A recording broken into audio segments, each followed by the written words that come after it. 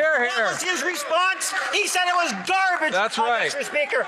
It's more lies from Mark Carney. Welcome back to Moose and Loose. My name's David. Today, Mark Carney fudging the numbers on job losses in Canada because, well, it looks bad on him. And what also looks bad is 15 MPs voting against him on a recent bill, including his newest member, Laurie IDLOUT. We also have a Liberal completely losing his mind in the House of Commons. Let's jump into this. Starting this off, we got Marty posting this, $500 to hang out with Mark Miller and Corey Hogan. That's right, an evening with the Honourable Mark Miller and the Honourable Evan Solomon in support of Corey Hogan. Oh, you get all three of them. Regular price of $500. This is at the Artist Lounge in Calgary, Alberta. See you there? I don't think so. These guys fundraising. Why are they fundraising? Is Carney going to call an election? Who knows? Maybe he will. Moving ahead, we've got quite the interesting post here from Don Stewart, who had that riding in Toronto up until the last election. He's posting here that 15 Liberals have broke rank from Mark Carney, voted against Mark Carney on this recent bill C-233. So he pointed out 15 Liberals voted against the cabinet here, but also with Canadian national security by voting with the NDP on bill C-233. Some of their ridings even host important defense employers. This is very hard to understand at a time when our sovereignty is at stake. Now, before we get into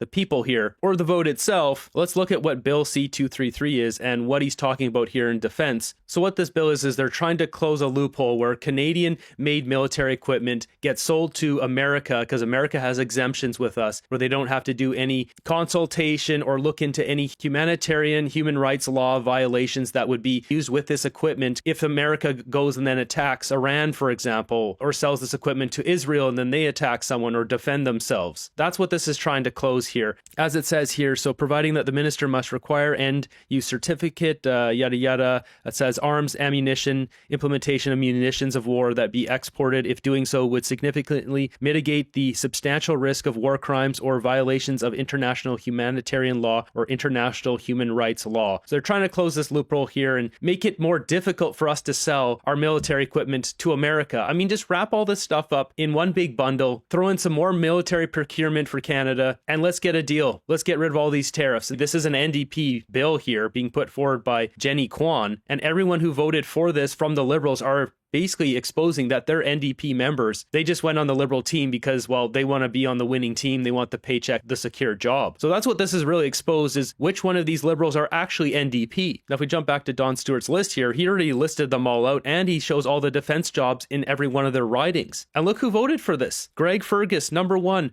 3,400 defense jobs in his riding. Ikra Khalid, 2,800. Faraz Al-Saud, Christina Tesser-Dirksen, Samir Zurbi. I don't even know who these people are. Assam Rana, Michael Kutu, Shataf Ali, Chi Nguyen. Stephen Guilbeault voted for this. 850 defense jobs or military procurement jobs in his riding. Nate Erskine-Smith, not surprised with that one. Sean Casey, Patrick Wheeler, and Laurie IDLOUT. Can you believe this? Laurie IDLOUT just joined the Liberals, and was this the first bill she votes against Mark Carney on this? This is unreal. Now, in reality, she's the only one that should get a pass on this. It looks ridiculous for Carney, but she was just an NDP a couple days ago. All the rest of them here, though, they're basically exposing that they're NDP members on the Liberals party. Laurie IDLOUT's seat isn't warm yet. She voted against her new Liberal party. It's just funny. Today's Liberal is politically fluid.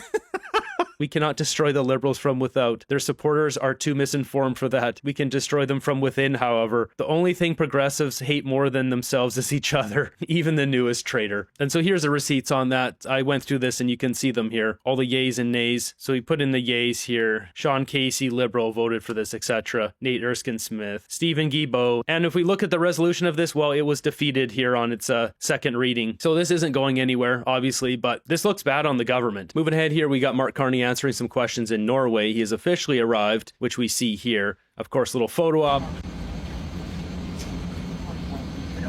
Yeah, grip and grin, shake some hands, jump in a military jet to make it look like Carney's doing something.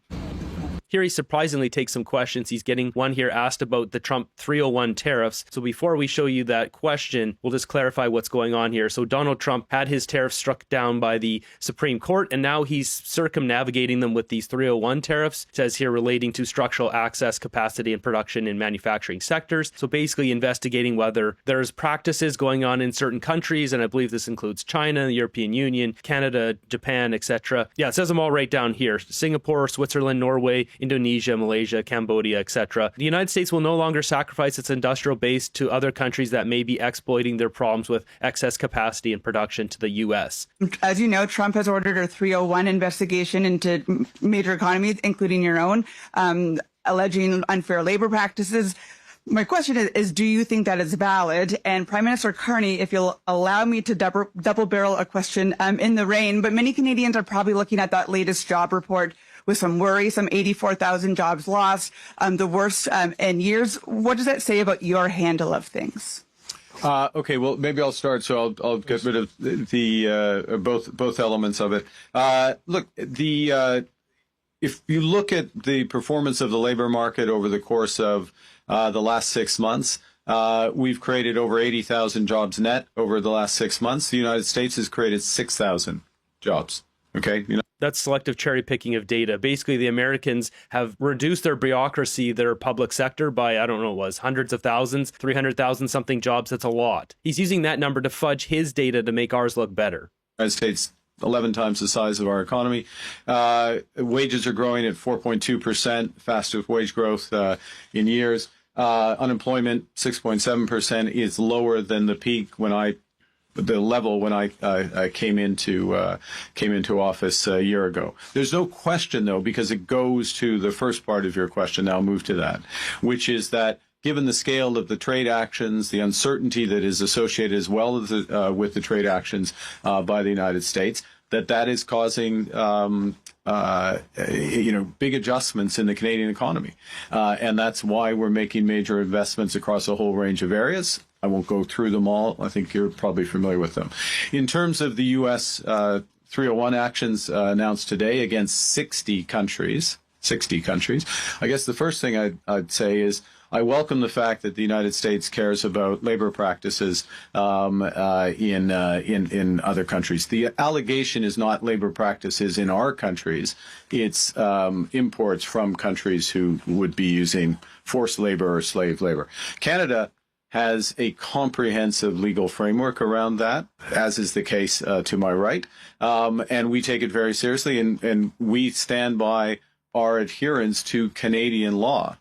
Yes, there are provisions in USMCA related to labor standards, but there are stronger provisions in Canadian law against forced labor, and we expect those to be followed. And when they're not, they are prosecuted. Thank you. They're prosecuted. Does that go for himself as well? Breaking Conflicts of Interest Act, Section 4, 6, and 7 by going over to India and meeting with people that he did deals with while he was chairman of Brookfield? This guy has the gall to call out breaking the law when he breaks the law himself. And just a little update here on the conflicts of interest here on the Moose chart. So most of the ones are done from India here. I just have 2 indirect ones I still have to fill out. Unfortunately, we're having more that's coming up from Norway. I'm also building out a new website. I found a way to export the Moose chart here into a PDF, which was a long process because there's a feature in here, but it doesn't work. And so I have to use an SVG and then find a special tool to convert it to a PDF. And then I'm going to try to convert that into a JPEG so that it can be easily viewed by everyone, which I'm putting on my new website. So when you go to moosechart.com in the future, you'll have an option to choose the mobile version or the website version here. That way more people can see it, because right now I realize this is really hard to load on a phone. And in all that restructuring, I'm going to make all of these wider so they fit on an 8.5 by 11. That way it can be printed out. So bear with me here as I get all this stuff done. With that, we've got this coming out of Alberta, job creation February 2025 to February 2026. And what do we see? Plus 85,000 jobs are in Alberta. Rest of Canada, minus 33,200. So this is coming from Statistics Canada. Mark Carney seems to omit that during his press conference. We also got Kirk Lubomov here fact-checking his numbers. So 84,000 job losses in February. Carney claims net 80,000 jobs. He's got him quoted here. If you look at the performance of the labor market over the course of the last 6 months, we've created 80,000 jobs net. And he says, here's the facts. He's got total employment went from this to this, 255,000 job loss. Private sector went from this to this, 267,000 loss. And public sector went from 4.5 million to 4.6 million, 25,000 job gain. Either Mark Carney is lying or completely clueless on what's going on in Canada. Both are equally alarming. Yeah, I mean, he's a chronic liar. He lies all the time. He took credit for the CUSMA agreement that he didn't negotiate in the House of Commons, just knowing it would be a good edited soundbite to trick Canadians. This guy is a con man. Going back to my statement of Trump cutting 300,000 jobs, we've got it right here. President Trump on Tuesday touted shedding nearly 300,000 employees from the federal payroll. They had this unusual period where they created less jobs. Trump cut a whole bunch of jobs. There's just cherry picking going on with Carney's press conference as usual. With all that, we also got Kirk posting this. Another module arrives from China for the wood fiber LNG. Buy Canadian really means buy from China with Chinese steel. Billions from these facilities are shipped overseas. This is all a big clown show. Canadians are losing jobs, and meanwhile, where'd those jobs go? Well, they obviously went to China. Some of them, a lot of them. I mean, look what happened with the BC Ferries deal. $1 billion to send that over to China. Of course, all these liberal connections over there, Infrastructure Bank, McKinsey, Dominic Barton, Justin Trudeau. It's all one guy scratching another guy's back using taxpayer money to do it. Prime Minister travels the world promoting Brookfield's interests like he's their PM, portfolio manager. Here at home, shocking is the only way to describe this morning's job numbers. 84,000 Canadians lost their jobs in February. 108,000 jobs were lost in full-time work, while private sector employment fell by 73,000. Employment mostly fell among men aged 25 to 54, the core working age group, and young people between the ages of 15 and 24. Why can't the Liberals finally admit everything they're doing is an illusion and it's failing Canadian families and young people? So I bring up this clip because it's the only one I've seen in the House of Commons this week where somebody's addressing Carney's dirty dealings in India tying to Brookfield. Kudos to John bringing this up. The thing is if you bring up specific facts, it cements it as being true in someone's mind. If you bring it up in a general sense, like Carney's Brookfield dealings abroad, it's too general. A swing voter's not going to be swayed by that. Maybe they start looking into it themselves, but if you say Carney was over there talking with the chairman of Tata Group, which he had done deals with as vice chair of Brookfield Asset Management back in 2023, and start name dropping companies, Nexus Mall, Brookfield, Multiplex, we've got renewable power here with Tata Group, Tata Solar. If they name drop this and started dropping facts from this stuff, Brookfield's Renewable India, doing this deal in Rajasthan, then people would be like, oh, that's not right. Carney did deals with this guy and now he just met with him. Brookfield's getting more contracts. That doesn't seem right. Bring up the Conflicts of Interest Act exactly as I do on my channel. I don't understand why they don't do this. It would cement this as fact in people's mind. They would bring over more voters. And sure, stay away from stuff that's speculative, but none of that's speculative. It's all fact. Mr. Speaker, our overseas efforts are delivering concrete results. Last week in India, we secured a $2.6 billion uranium deal. This is not about the billions, it's about the 90. Now that deal is for Cameco, which Brookfield is invested in with Westinghouse. That directly benefits Mark Carney's Brookfield Global Transition Fund 1, which he profits 3% of the interest off of. This is what the Conservatives should be replying to these guys with. Because then what would they say? They'd be sitting there gobsmacked, not knowing what to say. It's like getting their pants pulled down with no option to pull them back up. 1,000+ nuclear workers in Ontario that it's powering. In Australia, the Prime Minister secured a commitment of $10 billion to build major projects across this country. And VistaJet, based in the Gulf, recently placed an order for 40 Canadian-made planes valued over $1 billion. This is about the thousands of workers producing the world-class goods that the world is buying. Thank you, Mr. Speaker.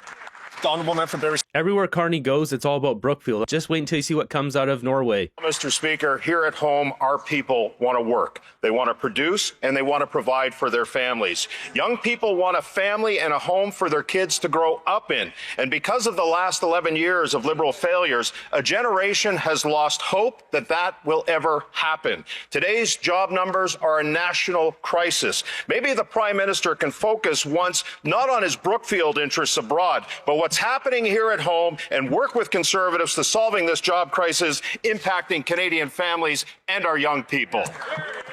So once again, strong statement by John here. Just nail it with some facts that they can't refute. Because when it's broad like that, the Liberals will swat that away and say, oh, that's conspiracy theory. But when there's legitimate facts that people can look up, the Liberals look like liars then if they try to say that. Mr. Speaker, while their leader tours Europe trying to reboot his image for the fourth time, our Prime Minister just returned from Indo-Pacific, signing trade deals with world leaders. Let's talk about... Deals are being done for Brookfield. I think some of these guys know it. Probably some of them have no idea. Either way, they don't care. They're getting paid $200,000-$300,000 a year. It's all about money for these people. People are greedy. That's what you have to basically base this on is, in general, not everyone, but in general, especially politicians, because a lot of these guys work their way up there because they know there's big money there. And so it's all motivated by money. Now, the question is, which of these Liberals are not motivated by money? Is it all of them? Is it only some of them? Is there a few of them that have their honor and their ethics about them? Kind of a tough sell when they vote with Carney to destroy our country. Jumping ahead in this session, the Conservatives once again going after the cost of living. You got to hear this response from Kevin Lamoureux, Liberal, completely dialing up the theatrical performance to 100%. I can't believe what I heard yesterday. The housing minister blames skyrocketing housing costs on the war in Iran. Mr. Speaker, everyone knows this affordability crisis is due to 10 years of his government. Canadians are facing the worst food inflation and the only shrinking economy in the G7. Yet this Prime Minister is pushing ahead with his industrial carbon tax and his fuel standard tax that will rise to 17 cents a litre. When will these Liberals stop blaming events abroad and take responsibility for policies at home to make life more affordable for Canadians? The Honourable Parliamentary Secretary, Government House Leader. Yes, thank you, Mr. Speaker. Welcome back to the member office. The last time we heard from that member, Mr. Speaker, you'll recall we established a permanent national food program for 400,000 children. What was his response? He said it was garbage. That's right. Mr. Speaker, how dare he stand up and talk about affordability, and yet when we want to feed children, what does he say? He calls the program garbage. Silliness. That's what the member's all about, Mr. Speaker. Get on board. Support the budget. Silliness. The over-the-top theater coming from Kevin Lamoureux here is absolutely preposterous. He's an alumni of Justin Trudeau's school of just ham it up, the same as Stephen McKinnon. These guys are the same. When they lie, they throw out bolsterous, wild claims in an attempt to try to convince you that he's not lying, that he's telling the truth. In reality, if they stopped spending so much money, food wouldn't cost so much in our country. Mr. Speaker, Canada has the worst food inflation and the only shrinking... I think this strategy here of the Conservatives has to change. Bringing up the same thing over and over and over doesn't work. There's so many topics to bring up. They should be talking about Mark Carney going over to India, him meeting with the chairman of Tata Group, which he did deals with at Brookfield. This is a conflict of interest. This is against the law. Bring up this stuff instead of bringing up the rising cost of food again. It's not going to do anything.